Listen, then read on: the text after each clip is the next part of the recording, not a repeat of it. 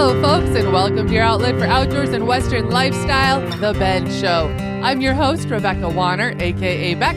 We love hearing from all of you. Remember, send us in your comments, stories, ideas. Get a hold of us anytime. Call or text 305-900-2363. Again, that's 305-900-2363. Or you can always drop an email to benradioshow@gmail.com.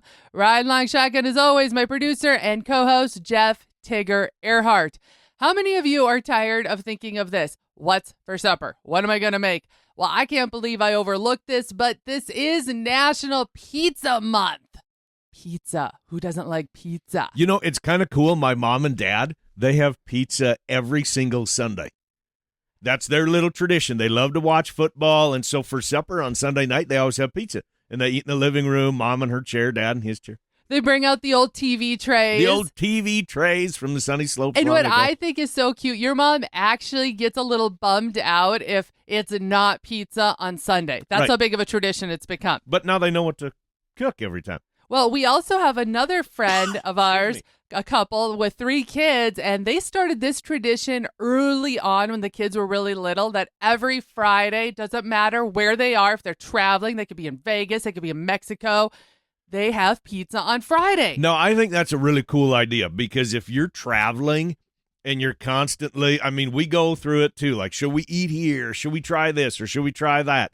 And now you know what you're going to have. If it's a Friday and you're traveling, you just go to that pizza place. And this is the other little thing I'm going to throw out there. Have you jumped on the whole pickle craze? It's been going on for the last couple of years, because I don't know if you tried this, but I love pickles on pizza. Like, love pickles on pizza. Tigger, you're kind of on the fence. Unless it's a cheeseburger pizza, you're like, yay. I love cheeseburger pizza, but just random pickles on pizza, I love it. Okay, I grew up with this trend with the pickles on the pizza, so I've been eating it. So you're talking like a pepperoni pizza? You just cut some pickles and throw them on there and eat them. My favorite is pepperoni, Canadian bacon, sausage, black olives. I know Tigger doesn't like black olives. Plus lots of chopped up pickles. It is so good. And then it's just like relish. No, I'm not using pickle relish. I'm actually taking dill pickles and chopping them up. And this is why we always have your pizza and my pizza. Hey, there we go. Relationship or we order advice. The pizza and you can get them where half of it's black olives and half of it isn't. That is true. We do like that. Yeah, I know. Has he said that before? He does not like black olives. They don't have any taste. I don't know why. Well, they do, and it tastes terrible. They taste amazing. I don't like black olives. Well, at least you'll agree with me on this one. Neither of us like mushrooms on pizza, though. Amen. All right, staying, on the topic of food, have you been getting inundated, or over the last couple of years probably, from these meal kit subscription companies?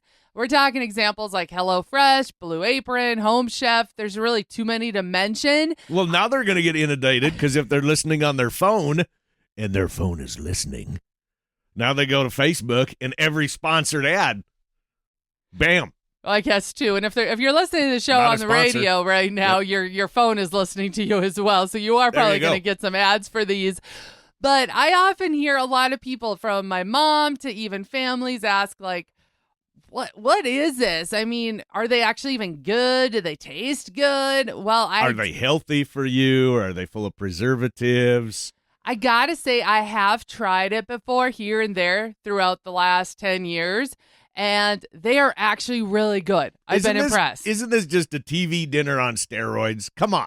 Well, it is, but it's healthier. I'm telling you, it's much healthier. But isn't it more expensive? It depends on your spending habits.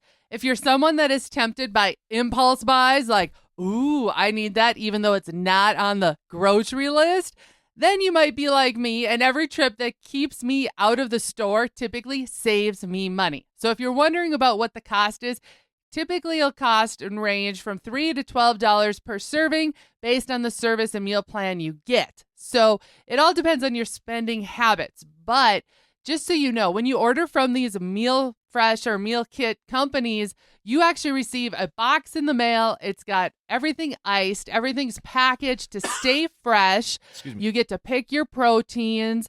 Usually these services have like 100 different recipes to pick from. But here's what's my favorite part about meal kits. First, You're learning new culinary skills. How can you learn new culinary skills when everything's already made? It's not all made. That's the thing. I thought it's like a TV dinner, and you just pull the little plastic off and throw in the microwave, and in a few minutes you got, Salisbury steak and potatoes that are still frozen. Okay, there are companies that are like that. Yes, a lot of times there So you're talking, are these ingredients that you have to prep and then you make said meal? Yes, you make a meal from scratch in 30 minutes typically is what it takes you. Why don't you just go to the grocery store and buy the ingredients? Because sometimes you're stuck in a box and you can't think outside of it and want to learn something new, and that's what I did. You're the one who put pickles on pizza. I know, it's amazing. So, brilliant. I'm not sold on this. Well, okay, but you have to admit, all right, here, I'm somebody who strongly dislikes meatloaf. I know, everyone finds it a comfort food. How can you not like meatloaf? I just don't, okay? Weird. But I did learn, thanks to one of these meal kit services, how to make an amazing a balsamic rosemary meatloaf. I'm telling you, it is so bougie. Good. I know, and all of a sudden you feel bougie when you make it. I'm gonna admit that too. But also, Tigger, you love my garlic mashed potatoes. Where do you think I learned how to make them so dang good? The internet. No. Duh. You go to Google, and now you can go to ChatGPT, and you can get all sorts of ideas because we talked about that. All right.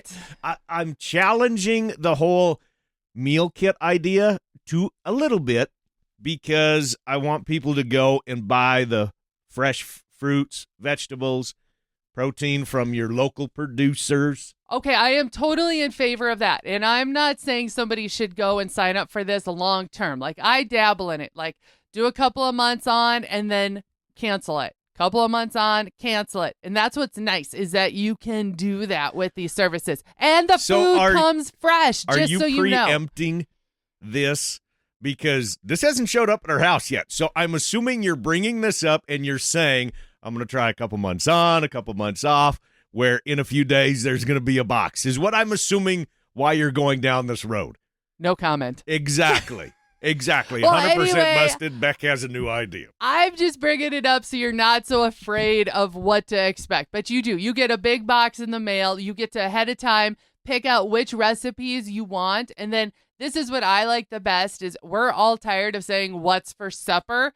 Well, now, if these foods are already in your fridge, you're more apt to know exactly, okay, I'm making this on Monday, this on Tuesday. I'm open to trying this. I am open to your suggestion because with us, with a household of two, we do struggle lots of times with what to make.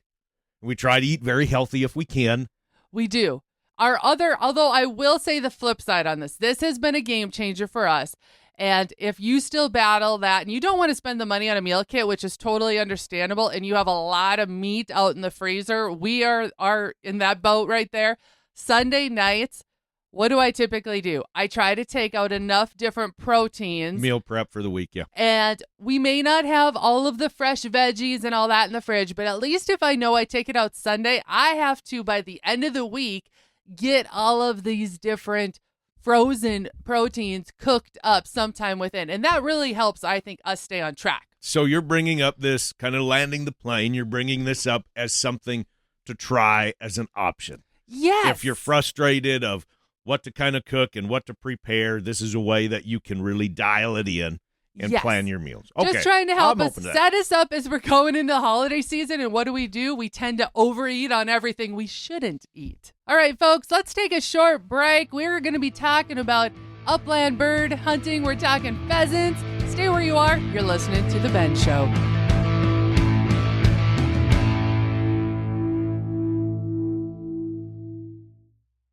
Get ready for this, an unforgettable experience at Cattlemen's Week 2025 annual pheasant hunt hosted by Jorgensen Land and Cattle. November 20th through the 23rd at the Lazy J Grand Lodge in Ideal, South Dakota. Enjoy world-class pheasant hunting while building connections and sharing insights with fellow cattlemen, women, and industry professionals. Whether you're a seasoned hunter or brand new to the sport, there's something for everyone. Register online at ranchchannel.com or jorgensenfarms.com. Mark your calendars for Cattlemen's Week 2025. Camaraderie, conversation, and pheasant hunting at its finest.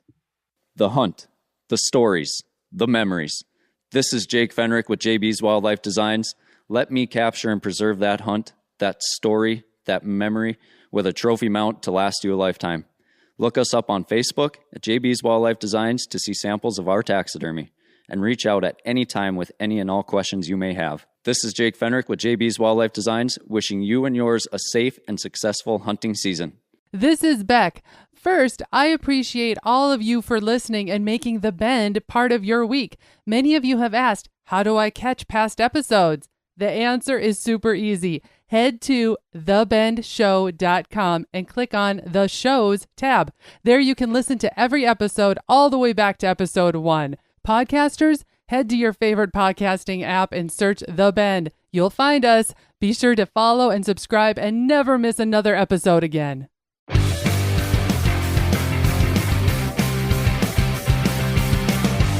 Welcome back to The Ben Show. I'm your host, Rebecca Wanner, a.k.a. Beck, and Jeff Tigger Erhardt is in the house with me.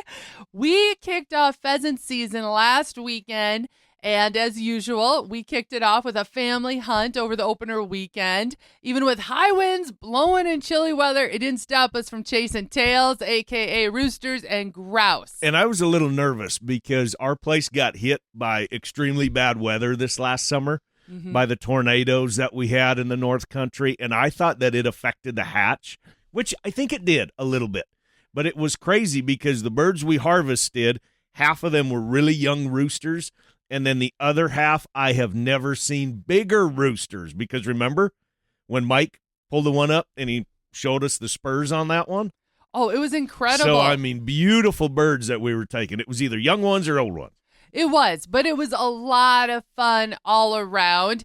And those of you that are thinking or wanting to get into bird hunting, upland bird hunting, or maybe you've been one of those for a long time and you've been thinking about, I really want to get one of those with a record kind of tail on it. With the spurs that are just enormous. Yep. Yes, and you want to get it taxidermied. There's some do's and don'ts you may not have realized. And I think they get overlooked because I always took care of the birds a certain way and found out it was wrong. We were doing it way wrong. Yes. So did you know that upland birds taken early in the season do not make great mounts due to the fragile pin feathers? That I did not know. I had never thought about I didn't know that. It's actually best to mount pheasants harvested later in the season, like November and December. But that's hard for us because, I mean, we're always so darn busy in November and December. I know, it's deer hunting season. Deer hunting season, and then shipping calves, and then the finals in Vegas, and then boom, we're into Christmas. And it does. It gets a little bit hard. But here's another tip I didn't realize, that if you take a pheasant that is, like I said, one of those trophies you're going to want to put on the wall, do not wring the neck. You know, that's just a typical habit. You do. You go pick up your bird, you wring the neck. I found out from a couple of taxidermists that, no, if you think this is a bird you might mount, it actually stretches the neck. Okay, that makes sense. It does. That makes sense. I get it. The other tip, I think all of us know this, you should have a cooler in the back of your vehicle so that you cool the pheasant immediately. But then this is where it got a little different. Are you talking about the pantyhose? Yes. Okay. I always thought you were supposed to place your birds in pantyhose. Well, get this. It turns out, no, the pantyhose can cause a bird to quickly dry out, freezing, making it difficult, almost impossible to mount it by a taxidermist at a later date. That I didn't know, and we had to talk with a few taxidermists on that, and they said, yeah, that if you put them in pantyhose, that they can dry out during that freezing process, and sometimes they can't even. It's the most beautiful bird, and they can't do a darn thing with it. Then you end up with a mount that's just a plaque with a bunch of feathers on it, is what you end up with. Right. So here's what they've said to do. Wrap the feet and beak in wet paper towels, and then double bag the pheasant before placing it in the freezer. This will keep the bird from drying out until it's received by the taxidermist. So you're talking about just put it in a garbage bag, tie it shut, and make sure you add a little bit of moisture. Like I said, wrap the feet and the beak in wet paper towels, and then, bag it, double bag it, tie it, a bag that you can tie a knot in, and then you can put that bird in the freezer. And we were doing that wrong with our nephews. Mm-hmm. You know, we talk every year that we always take the family out and the nephews, and we watched them get actually crack shots, every darn one of them. And there was the one that we were going to mount for Hank, and we did it wrong. We stuffed it in pantyhose because that's what we thought we were supposed to do, and voila, it dried out on us, and it didn't work. All right, another topic. But I know a place where we can get more pheasants. Just saying. We are very lucky to have a pheasant we're haven. Blessed. We're blessed on our We place. really are. All right, another topic this time of year, because we're all starting to think about Christmas, shopping, XYZ, what to get, that hard to shop for person, especially if they're in the outdoors. Is taxidermy a good gift idea? I Yes. hear this one again and again. Yes. I think, well, that's because, Tigger, you have a mouth that's supposed to be showing up anytime here. I'm excited for this one. And you were a little surprised at what it costs these days because it is not cheap to go and have a mount done. It's not, but it's the memory of it, right? That's the thing. You're taking that memory and turning it into a piece of artwork.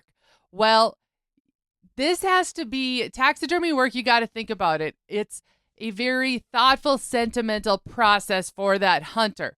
And it's going to turn that trophy into a work of art to cherish, like I mentioned. So giving the gift of taxidermy work, it must be thoroughly thought through. So when you think about it, how well do you know that person? Do you know who the taxidermist is that they go and use?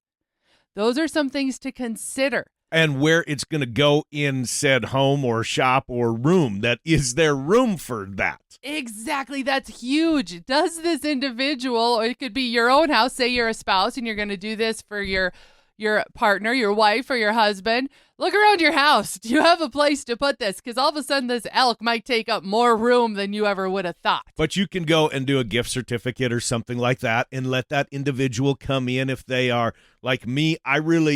I kind of like those pedestal mounts because they get a little you put habitat with them, and I think that's really cool. I have one out here in the living room. And I absolutely love it. I wanted to do that with a pheasant. Get like the fence post, with the barbed wire and stuff like that. You're not a fan of those, but I am. Well, you and I have talked about doing that quite often, but then we've looked around our little cabin and we realized we don't have room. We don't have room to do that, which is why, like when we thought about going gator hunting and we said, what are we going to do with this 10-foot gator? Exactly. That was a huge or, discussion we had to do. We actually got the measuring tape out and started going around the house and trying to figure it out. Can we fit this? Or can we store it somewhere until maybe down the road we build a bigger home we can go and display it in? Those are all things to consider. That's why I'm a little bit cautious when I gift taxidermy, because you're better off at least just doing a certificate. If you know who or where they're going to go for a taxidermy work to be done at, then at least you're off the hook. They can use it for anything. I like the idea of giving the gift of taxidermy. I do, because it's creating that memory. I do too. And then think about it. You're part of that memory. Even if you weren't on the hunt, you weren't part of the fishing trip, that still makes you a part of that memory. Can I add a little something to that? This was your idea that you told me when I got my deer last year. You said take a piece of paper and write down everything about that day, like the temperature, where you were, what rifle, this was deer hunting anyway, what rifle I was using, what grain of bullet I was using, what time of day, and keep that with the mount that you can go back and I think that's a neat idea of even, kind of having a little card that's laminated or something and just has the details on it. I'm telling you, that is a huge part. I know we've inherited a couple of different things from my dad, and it was so neat to find out when he had the year marked on it, just little notes. It goes a long way as you go and, over time, maybe when you pass on, you want to gift that to somebody else. They'll know the backstory as well. Neat idea. All right, we're going to take a short break, crew. You're listening to The Ben Show.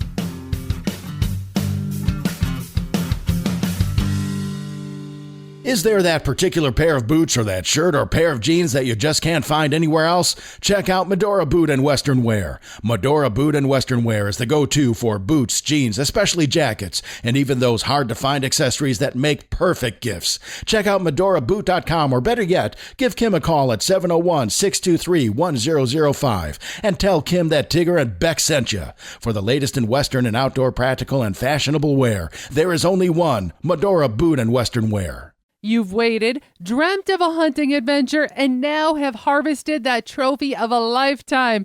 Keep the memory alive with a custom-designed mount, preserved as a work of art. Check out our approved taxidermist depending on your location. The award-winning Schneider Taxidermy is located in Helena, Montana. When hunting the Dakotas, JB's Wildlife Designs in Mandan, North Dakota. Then Shadron Creek Taxidermy in Nebraska. And for the Central USA, Little Rack Taxidermy in Macomb, Illinois. Reach out to The Ben Show and let us help you find the right taxidermist. Hey guys and gals, this is John Armand with Ultimate Outdoor Adventures TV. Ultimate Outdoor Adventures TV travels the back roads to the backwaters in pursuit of the ultimate adventure in hunting and fishing. Join Team UOA every week for exciting action in the crosshairs of the outdoors. Catch Ultimate Outdoor Adventures TV on YouTube, Amazon Prime, and make sure to follow Team UOA on Facebook and Instagram to share in the ultimate outdoor adventure. Welcome back to The Ben Show. I'm your host, Rebecca Wanner, a.k.a. Beck, and riding in the co-host seat is Jeff Tigger Erhardt. We're here for a little dating advice this time of year. Did you know that flannel season is the season? What does it have to do with dating advice? Because if you're like me, ladies, we've probably started to get inundated with the new movies about to come out on Hallmark and Lifetime. And what do we all fall in love with? That masculine man. And they're so dumb. Flannel. They're so dumb. Hold on. Looks rugged and outdoorsy. Let me just recap every Hallmark movie ever made, okay? There's a gal that she's in upstate New York, and she's an attorney, and she has to move back to where she grew up because her mom is ill, and she's got to take care of her mom. And then she goes into the local hardware store, and the local hardware store where, okay, he's wearing flannel, and it's a widower, and he's got 2 small children, right? So he sells her the wrong paint, and she gets mad, and then they meet up again at some sort of festival, getting closer to Christmas, and then he spills his drink on her, and then her friends say they should get together, and then and then they fall in love. Tigger. Every Hallmark movie ever made. I've made you watch only one Hallmark movie in all these years. And that was one too many. Well, all I could say is right now is not just hunting season, it's dating season. Oh, I see what you did there. I see what you did. Hey, it isn't Hey, Beck, do you know that you got a trophy over here? I could do that too, Beck. Oh, my gosh. I am totally shaking my head right now. But it is a fact that more people tend to start new relationships between now until Christmas because nobody wants to be alone. I get it. Alone for the holidays. Yeah. And it has been a trend for a couple of years, and it is always even more so a trend this time of year. If you find the ladies strolling through the aisles of, say, a hardware store, like you mentioned, they're looking for that guy that's masculine, a little rugged, outdoorsy, but no, he looks like he knows how to do stuff. He can actually. So you're saying flannel is in? Is that where you're putting all this together? Well, flannel is timeless. Oh, flannel is timeless, and like denim. I even went to AI. You know, we talked about AI the other week and how it's safe to use. Yep. And AI confirmed as well that most women do like men in a flannel shirt. Oh my gosh. I just helped all of you guys out. I don't have any flannel. You're like the only guy I know that doesn't have flannel. Well, are you hinting at something? This whole episode, you've been hinting at something. Well, I know. I see where you're going with this. You want me to wear relationship flannel. Advice. Yeah, I think Dress somebody to needs to impress. come in here. So you're saying that according to your research and your fact checking, that gals tend to notice a man in flannel? Because you look casual, you look comfortable, you look confident. Wear denim. You can wear denim on the pants. Yes, you're wearing a flannel shirt with denim pants. I'm just trying to help you guys out. Take advantage. I mean, it's hunting season, right? No different than when the deer are in rut. Do what the ladies like. Gosh. So flannel, you're saying, according to the fashion experts, it's in right now. Well, it's the thing. It is. To wear flannel. And when the movies are all geared towards the ladies right now, this time of year, take advantage of what they're watching and dress like what they're watching. You're speaking with a lot of passion. I have the feeling that this is geared specifically towards somebody else in said studio. No. Because apparently I wear too much denim. I wasn't to be going to wearing say flannel. that. I know my boundaries. I don't have anything flannel. I don't have a single thing. Not that there's anything wrong with flannel. I'm just saying I don't even have like a flannel, a comfy, big Well, over here's the flannel thing. You shirt. don't need it. You're not in the dating scene anymore, okay? You got me. That's why I'm not responding to anything, because I'm scared to death of you right now with everything that you're doing. So we got it. Flannel is in. Everyone's happy. Bam. And we're going to call this show Wrapped, folks. Remember, keep sending us in any questions you might have if you know of something spot-worthy for us to share, as well as any recipes to test out in our very own cabin kitchen. And, of course, your area's field reports. We want to see those trophies. That number you can call or text anytime, 305-900-2363. Again, 305-900-2363. Or you can always email bendradioshow@gmail.com. And if you missed part of this show or want to hear past episodes, you can find them all on the website, thebendshow.com. Be sure to subscribe on your favorite podcasting app and to The Ben Show YouTube channel. Finally, a big thanks to all of you listeners that came along, and whether you're coming or going today, stay with us as we ranch it up. And remember to keep up with me, Beck, all week long by following The Bend on Facebook and on Instagram at The Bend Show. This is Rebecca Wanner. Catch Beck if you can next week on The Bend.